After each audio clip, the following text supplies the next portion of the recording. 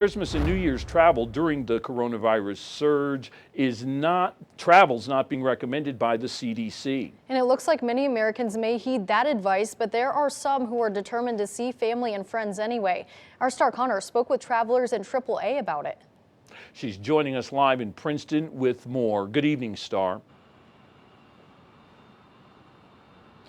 Good evening, guys. I'm outside of the West Virginia Welcome Center, just outside of Interstate 77 and 460 behind me. Now, the pandemic has certainly cut those numbers in half for travelers that would have been traveling this week. But for some, the pandemic is not enough to keep them home for the holidays. AAA says they are expecting 34 million fewer U.S. residents to travel over the Christmas and New Year's holidays compared to last year. It's a decrease of nearly 30%. We're seeing a record drop in year-end travel, which is huge, of course, and COVID-19 is the major factor in that. A reason being is that there are a lot of holiday travelers who are continuing to take a wait-and-see approach to their travel decisions because of the cases that are starting to rise. Moore says most people plan to drive to their destinations because travelers can really control their environment.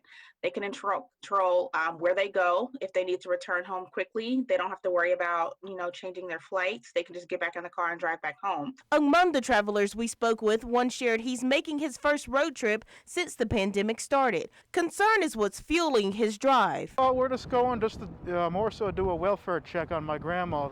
Just swing by for a day and just wave at her through the window. For another family, this trip is only half the normal distance because they are meeting halfway. Instead of us normally driving to Kentucky and having a big family celebration at my mom's house, we decided to meet here, which is exactly halfway, to exchange gifts. So my stepdad met us here and we took all our gifts for our family and put them in his car, and he's taking them back. We usually have 12, 15 people stay overnight at our home. And this year we just decided that just wasn't a smart thing to do.